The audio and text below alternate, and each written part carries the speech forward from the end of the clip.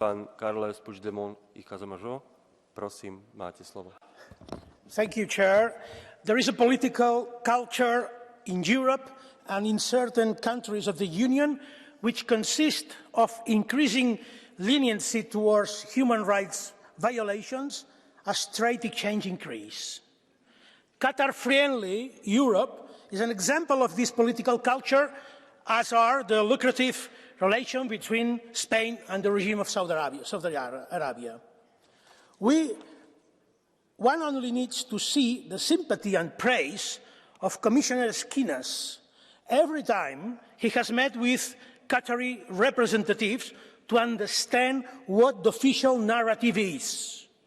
When economic interest waters down the demand for respect for human rights, the door to corruption opens a little more.